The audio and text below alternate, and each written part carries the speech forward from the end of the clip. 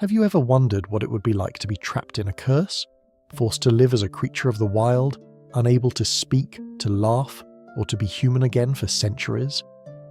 Imagine the feeling of watching your loved ones slowly slip away, powerless to do anything but witness their transformation. This is the story of the Children of Lir, one of Ireland's most heartbreaking and beautiful legends. Long ago, in a time when magic was as real as the wind that swept across the Irish hills, there lived a man named Lir. He was a king, a father, and above all a man of great love. He had 4 children, Fionnuala, Aud, Fiachra and Con. Their lives were filled with laughter and joy, and their bond as a family was unbreakable. But what seemed to be a perfect life was soon shattered by a curse so cruel that it would change their fate forever. You see, Lir was not always alone. He had once been married to a woman named Aud, a woman who loved him deeply. Yet as time passed, their love began to fade, and Lir found a new love in a woman named Evan, the mother of his 4 beautiful children. When Aud discovered this, her heart filled with jealousy, her mind clouded with rage. She could not bear the thought of Lir's happiness, and in her fury she sought the help of a dark and powerful force. In her desperation, Aud turned to an ancient and vengeful goddess, one who could twist the fate of anyone who crossed her path. This goddess granted Aud the power to curse Lir's children, to turn them into swans, forcing them to live as birds for 900 long years. A curse that would bind them to a life of solitude on a lonely lake, never to be human again. And so, the curse was cast. The 4 children, once vibrant and full of life, were transformed before their father's eyes. They were no longer the young children he had known. They were now swans, their wings spreading wide as they took flight across the sky. The transformation was swift and merciless, but in their hearts, they remained the same. Lir's children, trapped in the form of birds, forced to live out their days as creatures of the lake. Can you imagine what it would be like to have everything you know ripped away in an instant? To be cursed by someone you loved, and now find yourself bound by a spell that could never be undone? What would you do if you had to live as a bird with no voice, no power, and no way to break free? As we move deeper into this story, let us follow Lir's journey as he watches his children's transformation and how his love for them drives him to protect them in ways no father has ever had to before. But what will happen to the children as they face a lifetime of loneliness and longing? And how will they ever break free from the curse that binds them? Stay with us as we uncover the pain, the beauty and the heartbreak of the Children of Lir. The wind howled over the Irish hills as Lir stood, helpless, watching the children he loved so dearly, his precious Fionnuala, Aud, Fiachra and Con, their bodies transforming before his very eyes. What had once been laughter and light was now replaced with silence and sorrow. His heart broke as their voices, the voices that had once filled his home with joy, were replaced by the haunting calls of swans. Lir reached out, his hands trembling, but there was nothing he could do. The curse was complete. His children, once human, now trapped in the form of birds, their beautiful wings flapping in the cold winds, their eyes wide with confusion and fear. They were no longer children, no longer the innocent faces he had kissed goodnight. They were creatures of the lake now, condemned to live out their days as swans.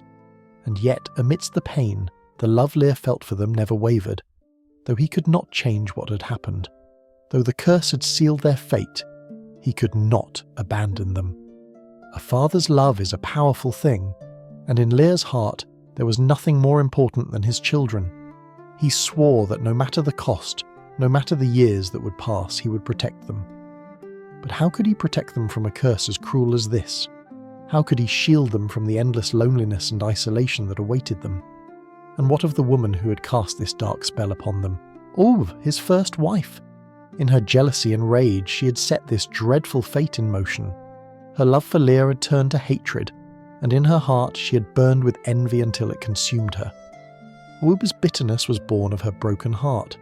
She could not bear to see Lir find happiness with another woman, to see him with children who were not her own.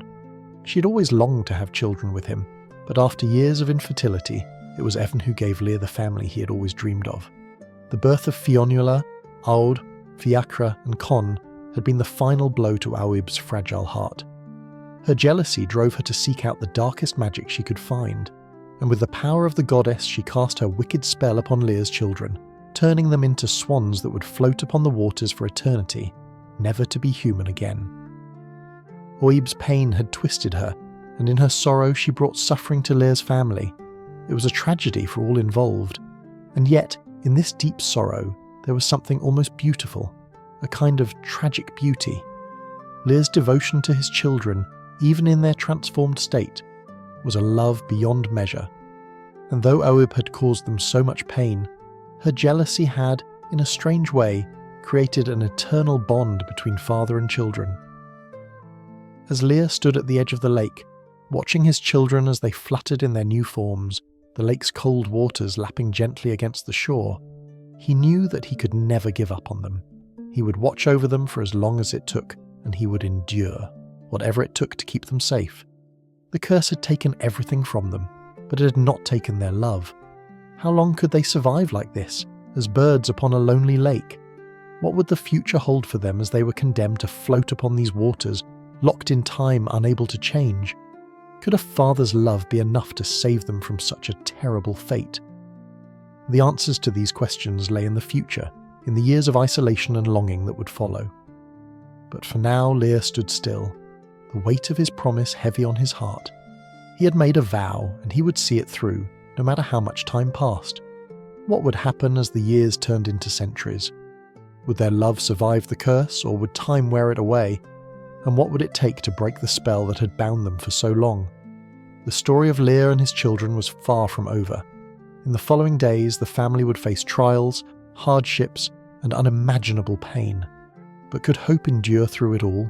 Stay with us as we follow the children of Lir through their sorrow, their pain, and their desperate longing for freedom. As the years drifted into centuries, the children of Lir floated silently on the vast empty lake. The once vibrant and lively youths, full of dreams and laughter, had now become silent swans, their wings beating in unison across the water, a solitary rhythm echoing in the stillness of the Irish countryside. Fionnuala, Aodh, Fiachra and Con had long ago come to terms with their new existence, though their hearts still burned with the longing to return to their human forms. Yet, the curse was unyielding, and the only thing that kept them tethered to this cruel reality was the love they shared for one another. The lake, once a peaceful and serene place, had become their prison. The sky above seemed endless, and the horizon stretched far beyond what they could see, but they remained bound to this single spot on the water, their wings the only thing that moved them from one place to another. Time, in the form of seasons passing, and years turning into centuries, had little meaning now. The swans had lived long enough to witness countless changes in the world around them, but they were powerless to change their own fate. Fionnuala, the eldest, was the most heartbroken. She had watched her brothers grow from carefree children to solemn beings, their spirits often weighed down by the unrelenting curse. Yet, in her heart, there was always a spark of hope, a belief that one day, somehow, they would be free. She never stopped believing that the love they shared could break the curse, even if the world around them seemed to change and move on without them. Aodh, the second eldest, had become a quiet soul, more often than not lost in thought. His once boisterous spirit had been subdued by the endless days on the water, and though he still held on to the love for his father and his siblings, there were times when he felt as though his very essence had been drained away. The lake, which had once felt like a home, now seemed endless and cold, a place where joy had long since died. Fiachra, always the dreamer, often gazed out across the lake, his mind wandering to the world beyond. He wondered what had become of his father, Lir, and if he was still watching over them as he had promised. Had he grown old? Was he still waiting for the day when the curse would be broken? Fiachra wondered if the world had forgotten them altogether. He longed for something more, something beyond the lonely waters they called home. Con, the youngest, had spent most of his years in confusion. His childhood had been stolen from him, and he had never known what it was like to be human. He had no memories of laughter or games, of family dinners or warm embraces. Instead, his life had been marked by the cold wind on the lake and the distant cry of birds flying above them. He had never felt the joy of running on solid ground, and though he was surrounded by his family, there was a deep sense of isolation within him. The curse had taken away his past and with it, his future. As the centuries passed, they grew accustomed to the quiet. They no longer spoke of breaking the curse, for it seemed too far out of reach. There were days when they would spread their wings and glide across the waters, but their flight was no longer one of joy. It was a flight of survival, a reminder that they were alive, even if only in body. Their connection to the human world was slipping further away with each passing year. Yet, despite the solitude, their love for each other remained as strong as it had been when they were children. It was this bond that held them together, that kept them from losing themselves completely to the curse. They had no choice but to endure the endless days and nights on the water, but at least they had each other. Then, one day, something changed. A sound broke the silence of the lake. It was a voice, a human voice, a distant call from the shore, one they had not heard in a lifetime. At first they thought it was a dream, a fleeting hope that had somehow managed to sneak into their hearts. But the voice came again, clearer this time. Who was it? And why now, after all these years? What was this voice calling to them, after so many centuries of isolation? Could this be the sign they had been waiting for? Or was it yet another cruel trick of fate? Stay with us as we explore this new chapter in the children's journey. What will this new voice mean for their future? Can hope truly break through centuries of sorrow, or will it be swallowed up once more by the weight of the curse? The voice echoed across the water, the first human sound they had heard in centuries.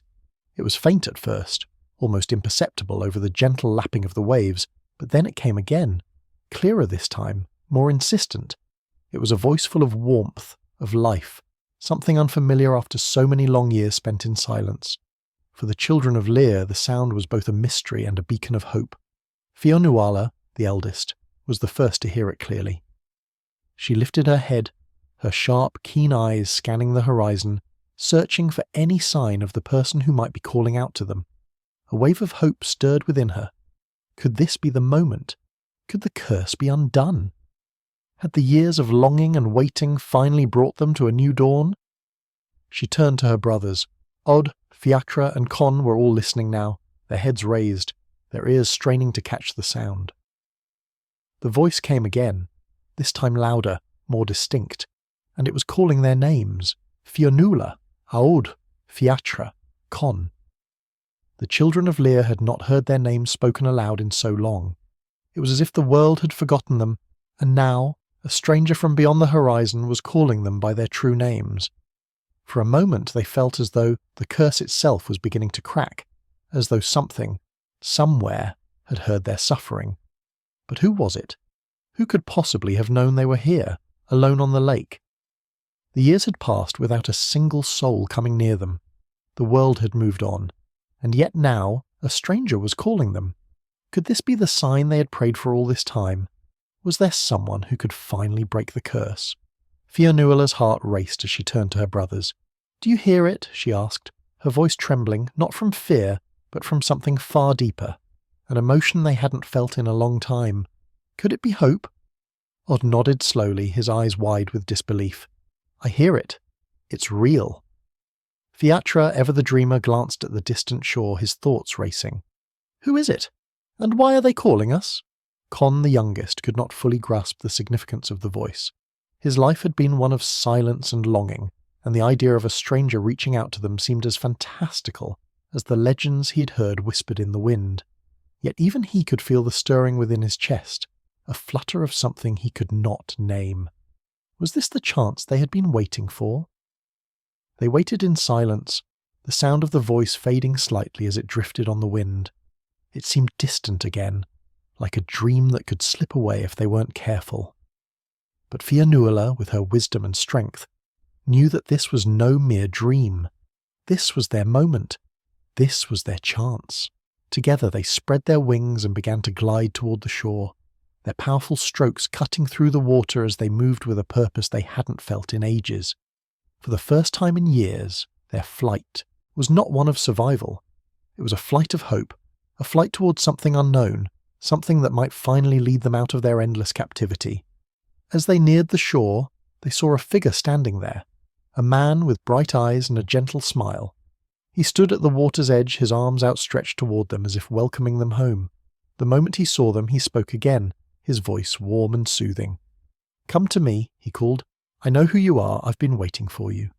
The children of Lir landed gracefully on the shore, their swan forms gliding softly onto the grass. As they did, the man knelt down before them, his gaze filled with wonder.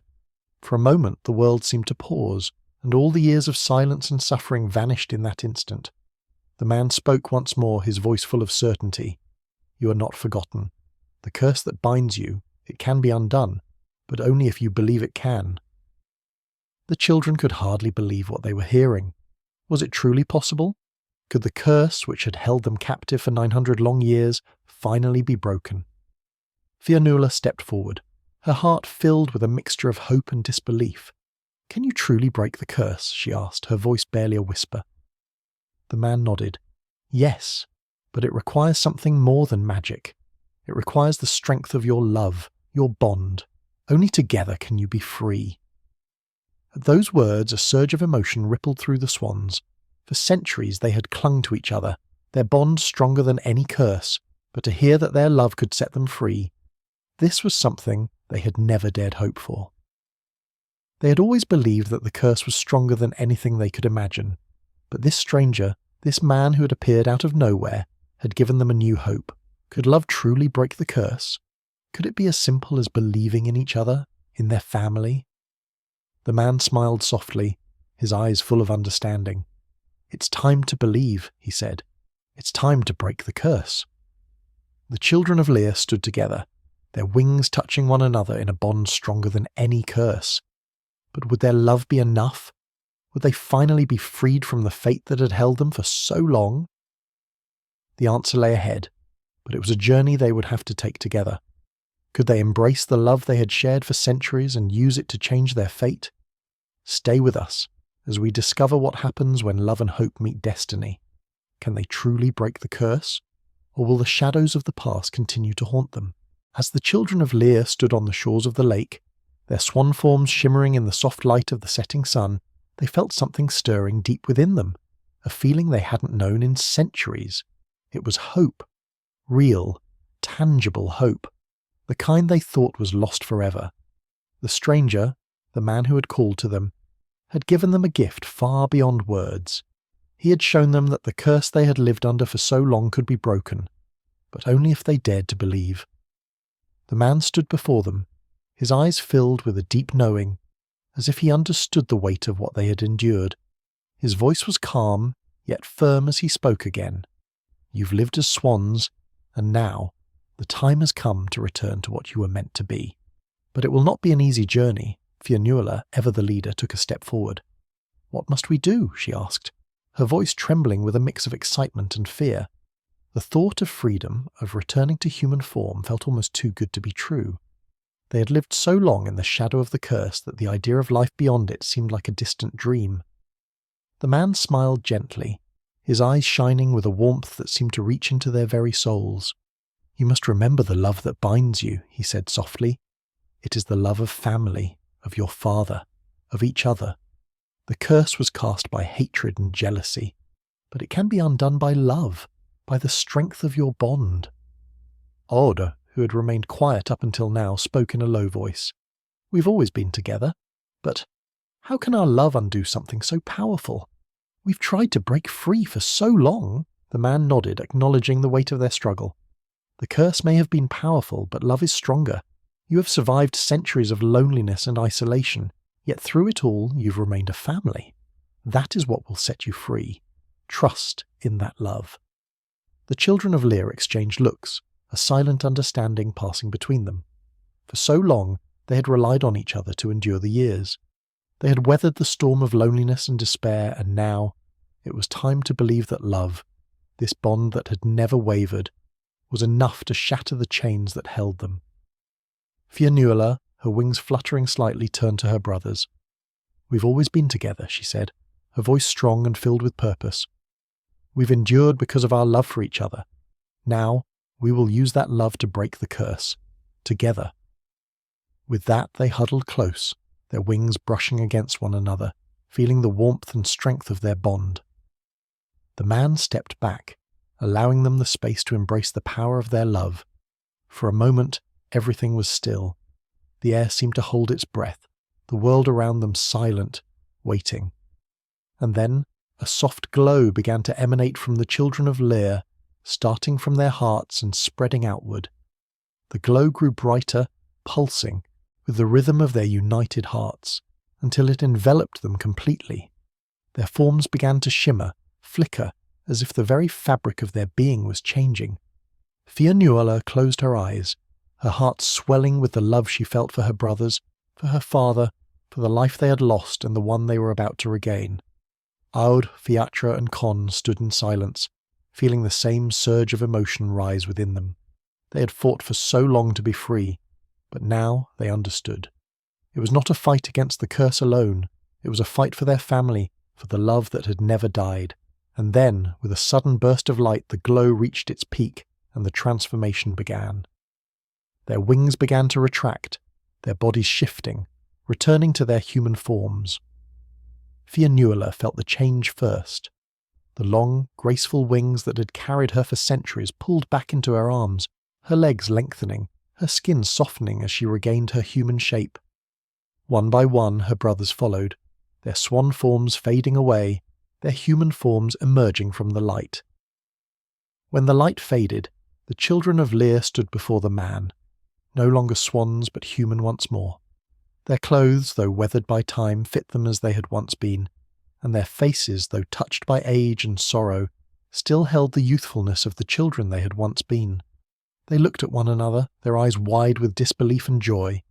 For the first time in 900 years they were human again, and with their return to their human forms, they felt the weight of the curse lift from their shoulders, as if the very air around them had changed.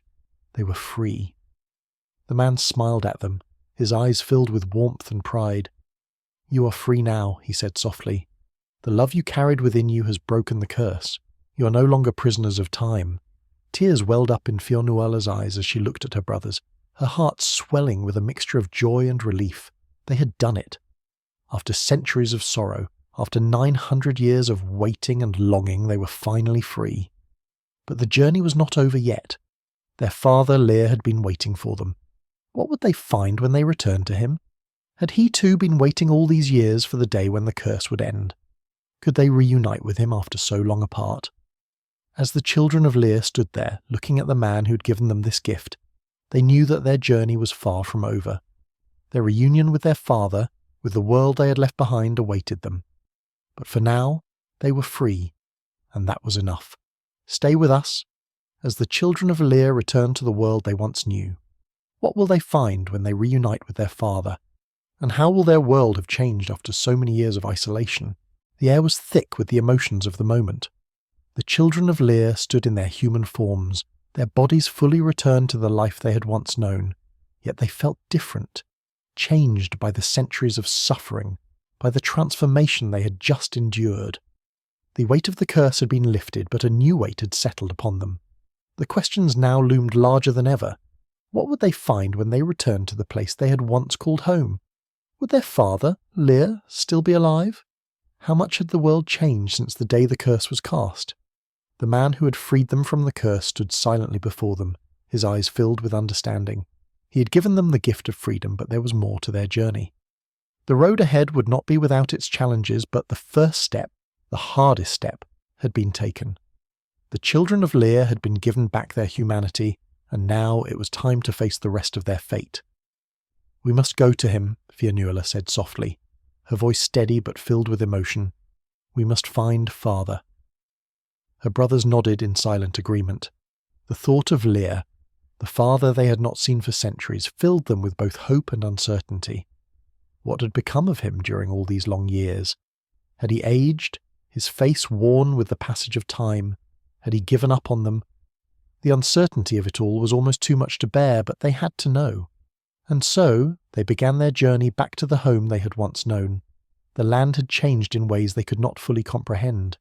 The villages were different, the roads had shifted, and the very air felt foreign as they walked through the countryside they had once known so well. The world had moved on, but for Fionnuala, Aud, Fiachra and Con, it felt as though time had stood still for them. As they travelled, they spoke little, each of them lost in their own thoughts. Their bond, once tested by time and distance, was now stronger than ever, but there was still the question that haunted each of their minds. Would Lir still be waiting for them? The journey felt endless, but finally, after what seemed like an eternity, they reached the familiar shores of the lake where they had been cursed. It had been their prison for so long, the water now seeming to reflect the light of their returned humanity. The children stood on the edge of the water, their eyes searching the land for any sign of their father, and then, in the distance, they saw him, Lir. He was standing by the lake, his back to them, his hair now silver with age, but his posture still strong, his presence still commanding. Fionuala's heart leaped in her chest. It was him, their father, still alive, still waiting. For a moment they all stood still, as though afraid to move, afraid to believe that this was real. After all the years, after all the pain and the separation, here he was, alive. It was a moment that felt almost too perfect, too beautiful, to be true. But Fionnuala, unable to hold back any longer, took a step forward, her voice breaking the silence.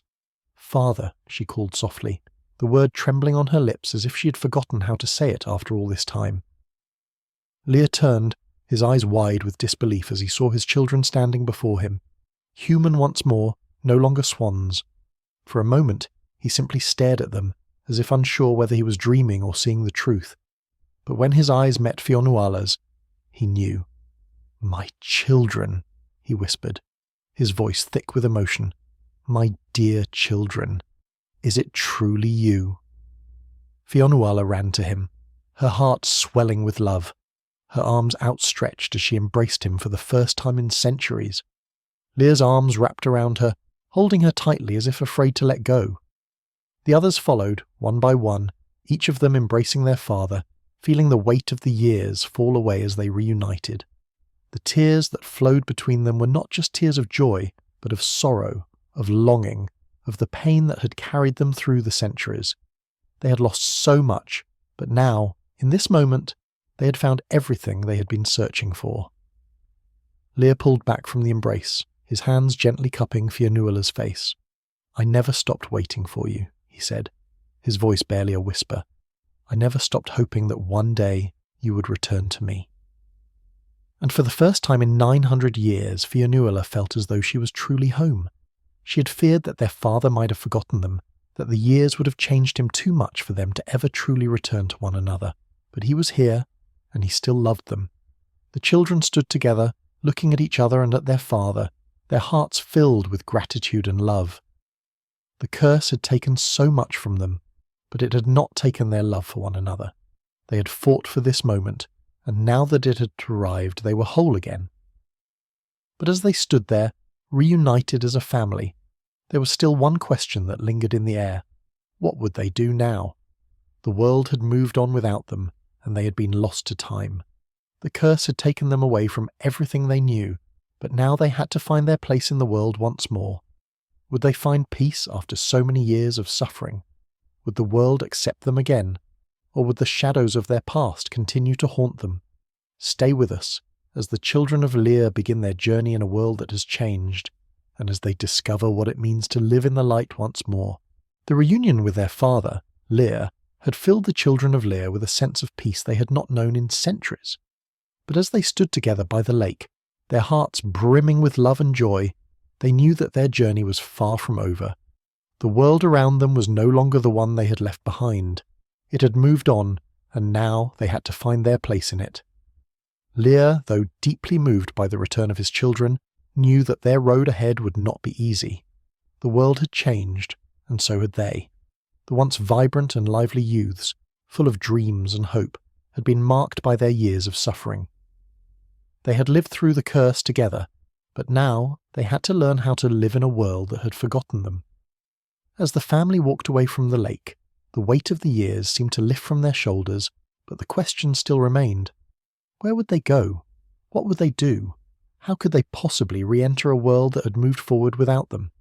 For Fionnuala, the eldest, it was the hardest. She had spent so many years thinking of this moment, of being reunited with her father, and now that it had come to pass, she found herself struggling to imagine what came next. She had longed for freedom, for the chance to live again as a human. But what did that mean now? What did it mean to start anew after 900 years of isolation and sorrow? Her thoughts were interrupted when Lir spoke softly, his voice filled with both sadness and wisdom. "My children, we have all suffered, but we have also been given a gift, a chance to live, to rebuild, to find our place again, but we must do so together." Fionnuala turned to face him, her eyes searching his. "But where do we go, Father? The world has changed. What are we to do now?" Lir looked out over the horizon, his gaze distant. "I don't know the answers, my dear, but I do know that we have each other, and that is more than we have ever had. Together, we will find our way." And so, they began their journey into the world they had once known, but was now foreign to them. They walked through villages that had grown, cities that had expanded, and landscapes that had shifted beyond recognition. But no matter how much the world had changed, they held fast to one another, drawing strength from their bond. As they travelled, they found that the world had not forgotten them entirely.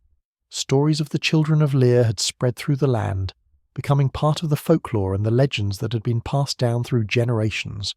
Though their names were still spoken with reverence, the people no longer believed that they would ever return. Most thought them to be nothing more than a myth, a story told to children. But now, as the Children of Lir walked among them, they were no longer just a legend. They were real, and they had come back.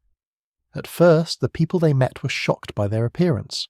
The Children of Lir, though they had regained their human forms, still carried the air of their centuries-long imprisonment. Their faces were marked by time, their eyes deep with wisdom and sorrow. They were not the children they had once been, and yet, in their hearts, they were still the same. Some villagers welcomed them with open arms, offering food, shelter, and comfort. Others, however, were more hesitant, fearful of the strangers who had returned after so long. They had heard the stories of the curse, of the swans who had roamed the waters for centuries, and they did not know what to make of the children now standing before them. Were they truly the same beings who had once been trapped in the form of birds, or had something darker followed them back from the lake? Despite the mixed reactions they encountered, the Children of Lir pressed on, determined to find their place in the world.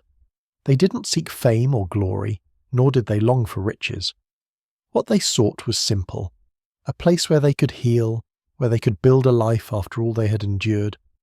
As the days passed, they found a quiet corner of the land where they could settle. It was a small village, nestled among rolling hills, where the people were kind and the pace of life was slow. Here they could finally rest. Here they could begin to rebuild the life that had been stolen from them.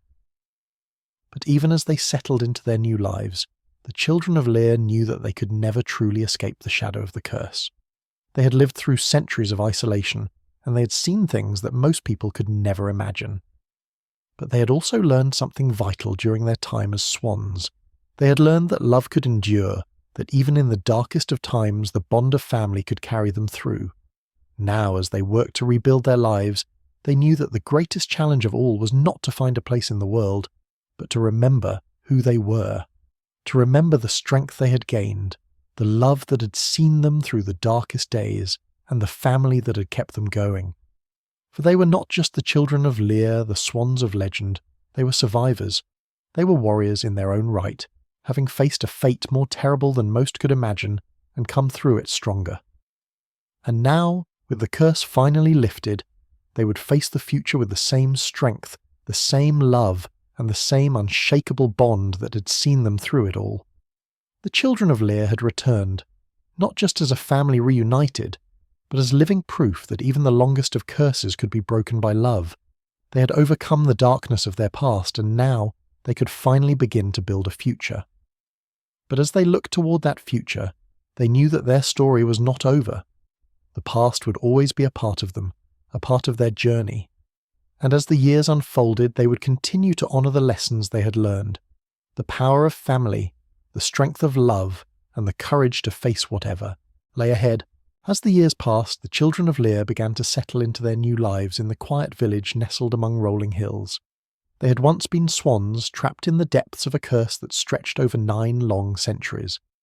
Now they were free, but in many ways they were still learning how to live again in a world that had changed without them.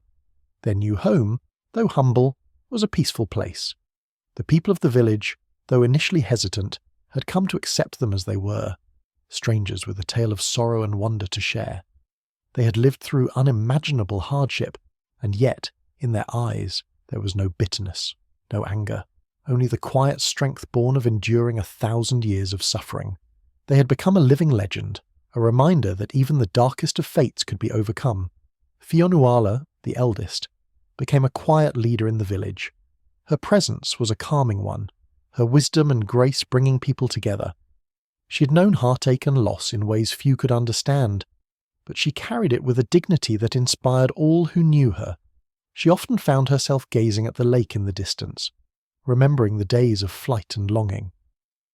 But now, as she stood in the warmth of the sun, surrounded by the laughter of the villagers, she understood that her journey had been a gift, not one she'd asked for, but one that had shaped her into the woman she was now, and for that she was grateful. Odd, the second eldest, found peace in the simple things. He helped tend to the crops, worked with the animals, and found contentment in the rhythm of the seasons. His once restless spirit had found a place of quiet satisfaction, though he would never forget the longing that had filled his soul for so many years. He often wondered what the world would have been like had they never been cursed, if their lives had followed a different path. But he had come to accept that the past was behind them, and all that mattered now was the future. Fiachra, the dreamer, spent much of his time wandering the hills and forests surrounding the village, taking in the beauty of the land he had been forced to ignore for so long. He marvelled at the flowers in bloom, the birds singing in the trees, and the ever-changing sky. Though the pain of his past would never fully disappear, he found solace in the small, fleeting moments of beauty that filled his new life.